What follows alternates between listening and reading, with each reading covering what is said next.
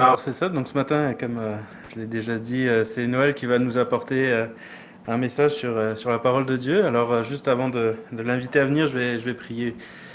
Alors merci Seigneur, encore oui pour ton œuvre à la croix dont on s'est souvenu ce matin. Merci pour toutes tes grâces Seigneur. On réalise jamais pleinement ce que tu as fait pour nous. Mais à chaque fois qu'on le palpe, qu'on le touche un petit peu, qu'on le ressent, on, on est reconnaissant envers toi. Oui, Seigneur, tu es un grand Dieu, un Dieu d'amour. T'es juste et saint. Seigneur, on est en admiration devant toi. Seigneur, on veut maintenant aussi disposer nos cœurs à entendre ce que tu veux nous dire à travers ta parole, à travers Noël aussi. Puisses-tu vraiment venir nous toucher au plus profond de nous-mêmes, oui, que nos cœurs soient disposés à entendre. Donne-nous l'intelligence pour comprendre ta parole, Seigneur. Éclaire-nous par ton esprit. On te remet particulièrement aussi Noël pour que tu puisses être avec lui aussi, lui aider encore dans ce temps de prédication, aussi avoir les bons mots, les bonnes paroles qui seront toucher nos cœurs. Oui, remplis-le de ton esprit et dirige-le aussi à chaque fois qui veut sortir de ses notes pour que euh, il- c'est ça, pour que ça puisse être toujours selon toi et que ça puisse toucher nos cœurs. En ton nom. Amen.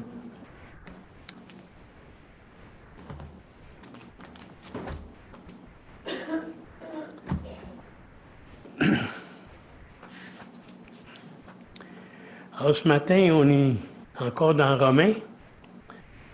On fait le chapitre 7, versets 1 à 13. Et puis, c'est ça. On va commencer. Nous poursuivons notre étude des chapitres 6 à 8 qui traitent de la sanctification par l'union avec Christ en sa mort et sa résurrection. Cette sanctification est possible par la délivrance de la puissance du péché qui est inné, autrement dit naturel, au cœur de l'homme, et tout ceci se réalise en 13 étapes. Bon, je ne les nommerai pas toutes, là. On va y voir. La dernière fois, nous avons fait les étapes 2 et 3, par la mort à l'ancienne vie, la soumission à Dieu, pour la vie nouvelle, chapitre 6, 11 à 13, et aussi dans le chapitre 6, 14 à 23, c'était par l'abandon du principe des œuvres à travers la mort et l'expérience de la puissance de l'Esprit. Aujourd'hui, nous poursuivons notre étude des étapes 4 et 5, qui sont par la nouvelle relation du croyant uni à Christ. Ça va être dans le chapitre 7, versets 1 à 6. Et l'autre point, c'est par la découverte de l'impuissance de la loi, chapitre 7, versets 7 à 14. On va passer au texte maintenant d'aujourd'hui. Je vais vous lire le texte. Ignorez-vous, frères, car je parle des gens qui connaissent la loi, que la loi exerce son pouvoir sur l'homme aussi longtemps qu'il vit. Ainsi, une femme mariée est liée par la loi à son mari tant qu'il est vivant. Mais si le mari meurt, elle est dégagée de la loi qui l'a liée à son mari. Si donc du vivant de son mari, elle devient la femme d'un autre homme, elle sera appelée adultère. Mais si le mari meurt, elle est affranchie de la loi, de sorte qu'elle n'est point adultère en devenant la femme d'un autre homme. De même, mes frères, vous aussi, vous avez été par le corps de Christ mis à mort en ce qui concerne la loi, pour que vous apparteniez à un autre, à celui qui est ressuscité des morts, afin que nous portions des fruits pour Dieu. Car lorsque nous étions dans la chair, les passions des péchés, provoquées par la loi, agissaient dans nos membres, de sorte que nous portions des fruits pour la mort. Mais maintenant, nous avons été dégagés de la loi, étant morts à cette loi, sous laquelle nous étions retenus, de sorte que nous servons dans un esprit nouveau et non selon la lettre qui a vieilli. Que dirons-nous donc? La loi est-elle péché? Loin de là. Mais je n'ai connu le péché que par la loi. Car je n'aurais pas connu la convoitise si la loi n'avait dit « tu ne convoiteras point ». Et le péché, saisissant l'occasion, produisit en moi par le commandement toutes sortes de convoitises, car sans loi, le péché est mort. Pour moi, étant autrefois sans loi, je vivais. Mais quand le commandement vint, le péché reprit vie, et moi, je mourus. Ainsi, le commandement qui conduit à la vie se trouva pour moi conduire à la mort. Car le péché saisissant l'occasion me séduisit par le commandement et par lui me fit mourir. La loi donc est sainte et le commandement est saint, juste et bon. Ce qui est bon a-t-il donc été pour moi une cause de mort? Loin de là. Mais c'est le péché afin qu'il se manifeste comme péché en me donnant la mort par ce qui est bon. Et que, par le commandement, ils deviennent condamnables au plus haut point. Alors, c'est le texte pour aujourd'hui. On va commencer avec les versets 1 à 3. « Ignorez-vous, frères, que je parle à des gens qui connaissent la loi, que la loi exerce son pouvoir sur l'homme aussi longtemps qu'il vit. Ainsi, une femme mariée est liée par la loi à son mari tant qu'il est vivant. Mais si le mari meurt, elle est dégagée de la loi qui la liait à son mari. Si donc du vivant de son mari, elle devient la femme d'un autre homme, elle sera appelée adultère. Mais si le mari meurt, elle est affranchie de la loi, de sorte qu'elle n'est point adultère en devenant la femme d'un autre homme. » Paul appelle les chrétiens de l'Église de Rome ses frères. Cette communauté chrétienne devait avoir plusieurs juifs, puisqu'il leur dit qu'il parle à des gens qui connaissent la loi.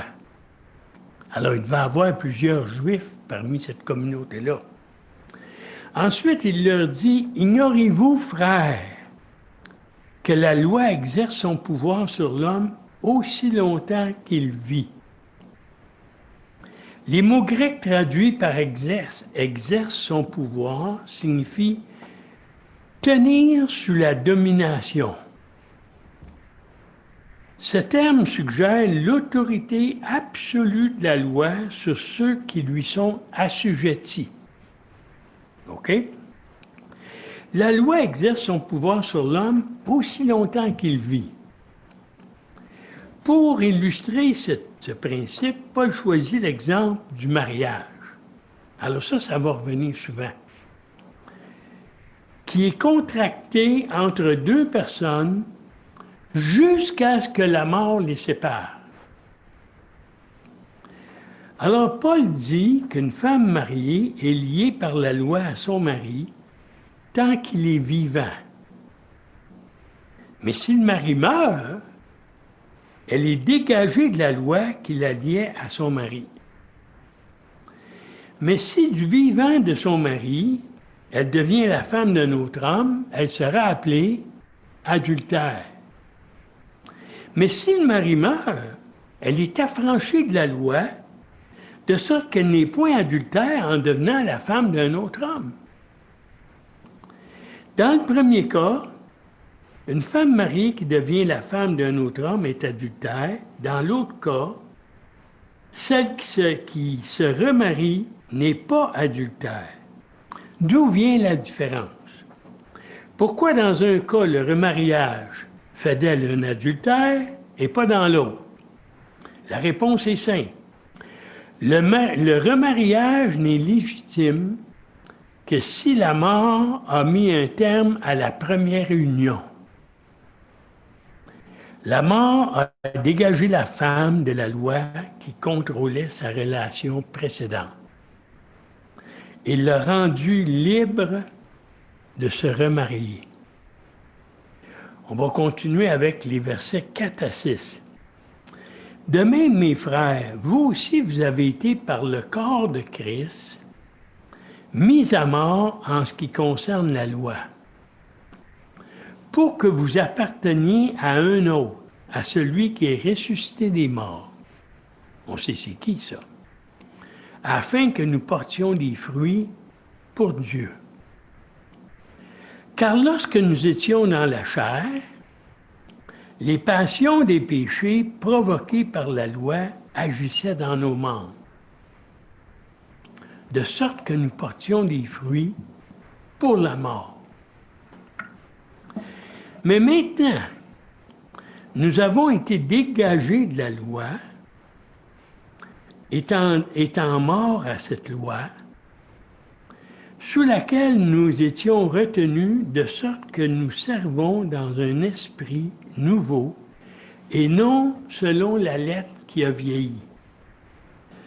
Après le principe au verset 1, la loi exerce son pouvoir sur l'homme aussi longtemps qu'il vit, et l'illustration au verset 2 et 3, ainsi une femme mariée est liée par la loi à son mari tant qu'il est vivant, mais si le mari meurt, elle est dégagée de la loi qui l'a liée à son mari.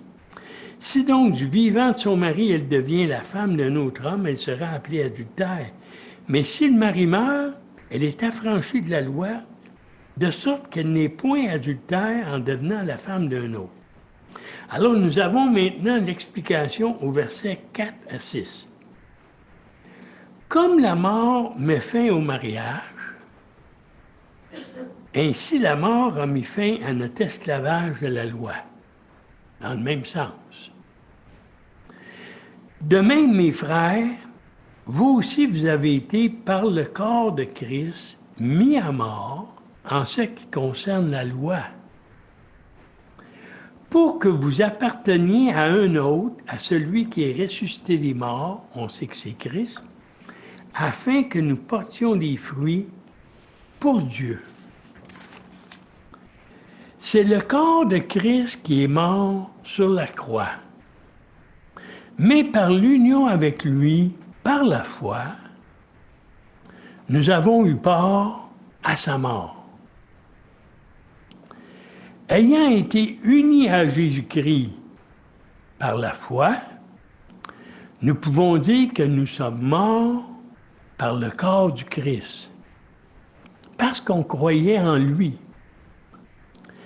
La terrible sanction réclamée par la loi contre le péché a été portée par Christ à notre place. Par conséquent, puisque la mort a satisfait aux exigences de la loi, nous ne sommes plus sous la loi, mais sous la grâce. Dans la relation entre le mari et la femme, c'est la mort de l'un qui rend l'autre libre de se remarier. Dans la vie chrétienne, c'est notre propre mort en Christ qui nous rend libres de nous remarier. Autrefois, nous étions liés à la loi. Maintenant, nous sommes morts à son égard. Nous sommes donc libres de nous unir à Christ, avec lequel nous sommes non seulement morts, mais aussi ressuscités, afin de porter des fruits pour Dieu. Les œuvres que nous produisions dans l'ancienne vie conduisaient à la mort. Mais dans la nouvelle vie, nous produisons des œuvres pour Dieu. Jusqu'ici, ces versets montrent clairement que le fait de nous avoir unis, le fait de nous unir à Jésus en mettant notre confiance en lui, suppose un changement radical de relation et de soumission. La fin du chapitre 6, verset 22, mettait en contraste deux esclavages. Mais maintenant étant affranchi du péché et devenu esclave de Dieu, vous avez pour fruit la sainteté et pour fin la vie éternelle. Par contre, ici Paul compare la position du chrétien à deux mariages. Le premier est dissous par la mort. Le second devient donc possible. Avant que le premier meure, ce n'était pas possible. Nous étions, pour ainsi dire, mariés à la loi. Notre obligation de lui obéir était aussi contraignante que l'engagement du mariage, sinon beaucoup plus. Mais nous avons été libérés pour épouser Christ. Cette parabole du mariage est une très belle illustration de la réalité et de l'intimité de notre union avec Jésus-Christ. Alors, on reste dans la bonne trace, là. Avant, j'étais marié à la loi, puis il fallait que je lui obéisse, puis ainsi de suite. Mais maintenant, je suis marié, c'est une image, ça là, à Christ. Je suis uni à lui. Ceci nous amène au chapitre 5, au verset 5 et 6. Car lorsque nous étions dans la chair, les passions des péchés provoquées par la loi agissaient dans nos membres, de sorte que nous portions des fruits. Pour qui? Pour la mort. Mais maintenant, nous avons été dégagés de la loi, étant morts à cette loi sous laquelle nous étions retenus, de sorte que nous servons dans un esprit nouveau et non selon la lettre qui a vieilli. Après avoir opposé les deux mariages et leurs effets, Paul va comparer la fonction de la loi dans les deux situations.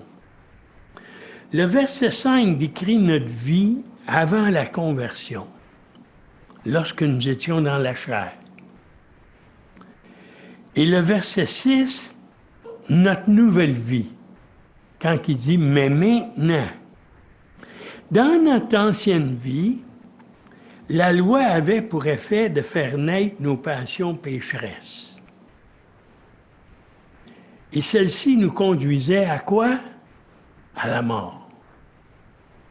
Mais maintenant, morts à ce qui nous tenait captifs, nous avons été affranchis de la loi. Remarquez au verset 5 l'enchaînement de ces mots. Chair, péché, loi et mort. Nos passions pécheresses prennent naissance dans la chair, sont éveillées par la loi et mènent à la mort. Mais maintenant, nous avons été libérés de la loi et de son incitation. Nous avons été dégagés de la loi. Mais attention, être libérés de la loi n'implique pas que nous soyons libres désormais de faire ce qui nous semble bon. Non. Loin de là. La libération de la loi nous permet de faire ce que nous voulons, mais elle implique une autre forme d'esclavage. De sorte que nous servons dans un esprit nouveau. Le verset 6 dans la Bible en français courant se lit comme suit. Mais maintenant, nous sommes libérés de la loi, car nous sommes morts à ce qui nous retenait prisonniers. Nous pouvons donc servir Dieu d'une façon nouvelle, sous l'autorité de l'Esprit Saint, et non plus à la façon ancienne, sous l'autorité de la loi écrite. En effet, nous sommes libres à l'égard de la loi, mais libres pour servir, non pour pécher. Notre nouvel esclavage de chrétiens est littéralement non selon l'ancienne lettre, l'ancienneté de la lettre, mais dans la nouveauté de l'esprit. Avant de terminer cette partie, nous devons revenir à cette question. Le chrétien est-il encore lié par la loi? La réponse est non et oui. Deux réponses. Non, parce que notre acceptation devant Dieu ne dépend pas d'elle. Ça ne dépend pas de la loi. En effet, en mourant, Christ a pleinement satisfait aux exigences de la loi. Si bien que nous en sommes délivrés. Elle n'a plus aucun droit sur nous. Elle ne nous domine plus. C'est plus la loi qui me domine. Et ça, c'était dans la partie non, mais il y a la partie oui, qui dit « Parce que notre nouvelle vie est encore un esclavage. » En effet, nous servons encore, nous sommes encore esclaves, bien que dégagés de la loi. Mais les mobiles et les moyens de notre service ont changé. Pourquoi servons-nous? Non parce que la loi est notre maître et que nous sommes obligés de servir, mais parce que Christ est notre fiancé et que nous avons le désir de servir. Non parce que l'obéissance à la loi conduit au salut, mais parce que le salut nous conduit à l'obéissance de la loi. La loi dit, si vous faites ceci, vous vivrez. L'Évangile dit, vous vivez, faites donc ceci. Comment servons-nous? Non selon la lettre qui a vieilli, mais selon l'esprit nouveau. C'est-à-dire non par obéissance à un code extérieur, mais par soumission à l'esprit qui demeure en nous.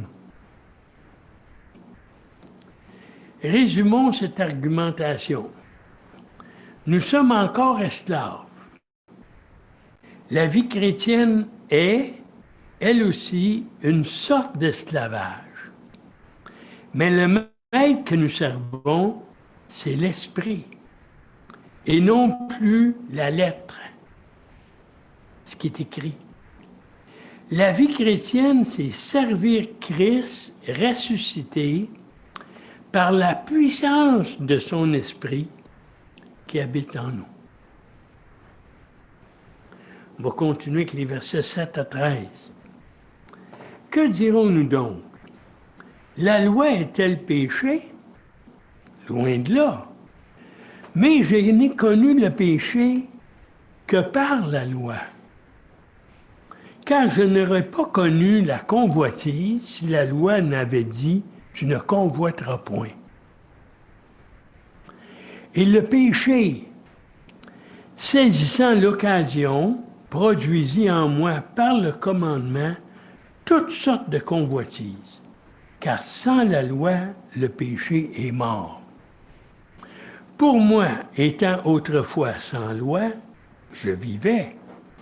Mais quand le commandement vint, le péché reprit vie, et moi, je mourus.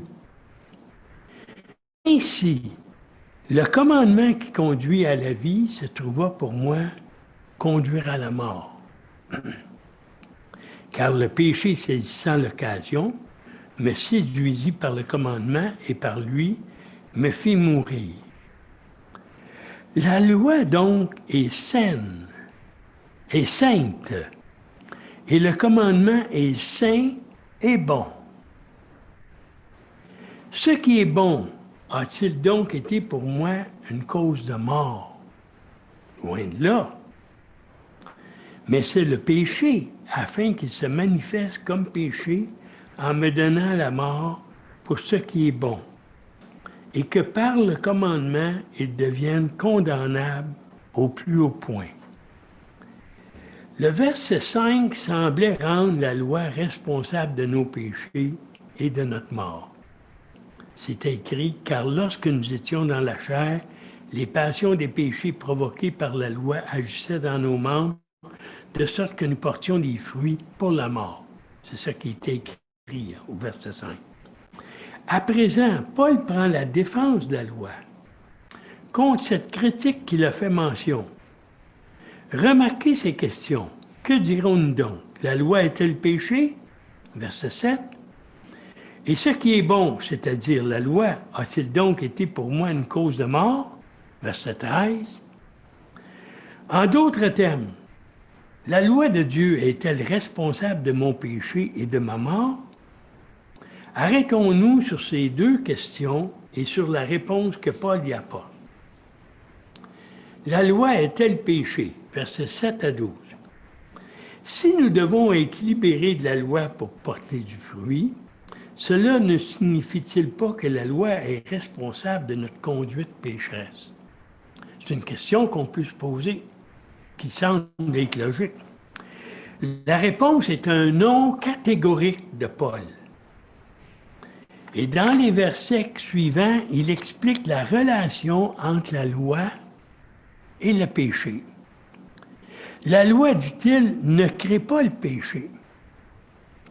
Si vous êtes pécheur, ce n'est pas la faute de la loi. La relation entre le péché et la loi est triple. Un autre point. A. La loi révèle le péché. Je n'ai connu le péché que par la loi.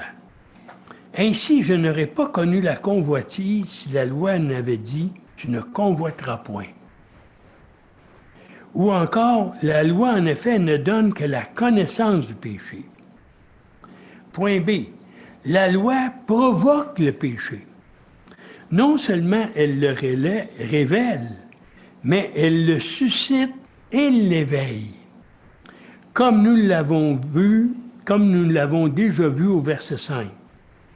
Et le péché, saisissant l'occasion, produisit en moi par le commandement toutes sortes de convoitises. Car sans loi, le péché est mort. S'il n'y a pas de loi, il n'y a pas de péché. Voilà ce que fait la loi. Elle nous incite à pécher. Quant à la façon dont cela se passe, c'est une affaire d'expérience quotidienne. Tout automobiliste connaît bien les panneaux de limitation de vitesse. Et si je ne me trompe, la réaction instinctive de beaucoup d'entre nous est « Et pourquoi dois-je ralentir ?» Voilà notre réaction en face d'une loi. Ou encore lorsque nous voyons sur une porte « Entrée interdite, privée », n'avons-nous pas aussitôt envie de faire ce qui nous est interdit? Parce que les ordres et les interdictions de la loi nous poussent à faire le contraire. C'est ce que Paul a découvert à propos du 10e commandement interdisant la convoitise. C'est écrit « Saisissant l'occasion, le péché a produit en moi toutes sortes de convoitises. Ainsi, la loi révèle le péché, et le provoque. La loi, point C, la loi condamne le péché. Car sans loi, le péché est mort. S'il n'y a pas de loi, il n'y a pas de péché. Pour moi, étant autrefois sans loi, je vivais, mais quand le commandement vint, le péché reprit vie. Et moi, je mourus. Ainsi, le commandement qui conduit à la vie se trouva pour moi conduire à la mort. Car le péché, saisissant l'occasion, me séduisit par le commandement et par lui me fit mourir. Il est possible que l'apôtre relate ici ses premières expériences personnelles. Dans son enfance, il ignorait les exigences de la loi. Ça, c'est normal. Et en l'absence de la loi, il vivait spirituellement parlant. Mais plus tard, peut-être vers 13 ans, âge auquel le jeune garçon juif s'engage dans les obligations de la loi et devient un fils de la loi, d'après ses propres termes si suggestifs, le commandement est venu, le péché a pris vie et moi, je suis mort, sous le jugement de la loi. Dans ces versets, Paul insiste sur le fait que la loi n'était nullement à blâmer. Ce fut le péché en lui qui l'incitait à accomplir ce que la loi défendait. Le péché le séduisit au point de lui faire croire que le fruit défendu n'était pas mauvais en réalité, qu'il lui apporterait le bonheur et qu'il pouvait le manger sans aucun risque. Le péché parvenait même à lui suggérer que Dieu lui refusait des plaisirs qui seraient bénéfiques pour lui. Ainsi, le péché le fit mourir, au sens où il ruinait tout espoir de mériter ou de gagner le salut. Voilà donc les trois effets dévastateurs de la loi. Elle révèle, elle provoque, et elle condamne le péché. Mais la loi en elle-même n'est pas péché. Pas plus qu'elle n'entraîne par elle-même l'homme à pécher. C'est le péché. Notre nature pécheresse qui se sert de la loi pour faire pécher les hommes et les conduire à la ruine. En effet, la loi est sainte et le commandement saint, juste et bon. Cela nous amène à la deuxième question. La loi est-elle devenue une cause de mort? Il est bien vrai que le commandement qui doit mener à la vie s'est trouvé pour moi mené à la mort. Mais Paul dit-il que la loi est coupable d'offrir d'une main la vie en donnant de l'autre la mort. Ce qui est bon est devenu cause de mort pour moi. Est-ce que la faute de la loi si je suis mort? Est-ce la faute de la loi si je suis mort? De nouveau, la réponse de l'apôtre est un non vigoureux. C'est le péché. En se servant de ce qui est bon, il m'a donné la mort. En fait, la nature foncièrement perverse du péché se voit dans la manière dont il explore une bonne chose, la loi pour de mauvais desseins. Mais nous ne pouvons pas incriminer la loi pour cela, nous devons incriminer le péché. J'aimerais illustrer cela ainsi. Imaginons un criminel pris en flagrant délit. Il a commis un crime et il a enfreint la loi. Que va-t-il se passer? Arrêté, il sera inculpé, jugé et condamné à une peine d'emprisonnement. Pendant qu'il languit dans sa cellule, il est tenté de reprocher son emprisonnement à la loi. Et il est bien vrai que la loi l'a convaincu d'un crime et l'a condamné. En réalité, il n'a de reproche à faire qu'à lui-même et à sa conduite criminelle. Il est en prison parce qu'il a commis un crime. Bien sûr, c'est la loi qui l'a condamné, mais il ne peut s'en prendre qu'à lui-même et non à la loi. Ainsi, Paul met la loi hors de cause. La loi révèle le péché, elle provoque le péché, elle condamne le péché.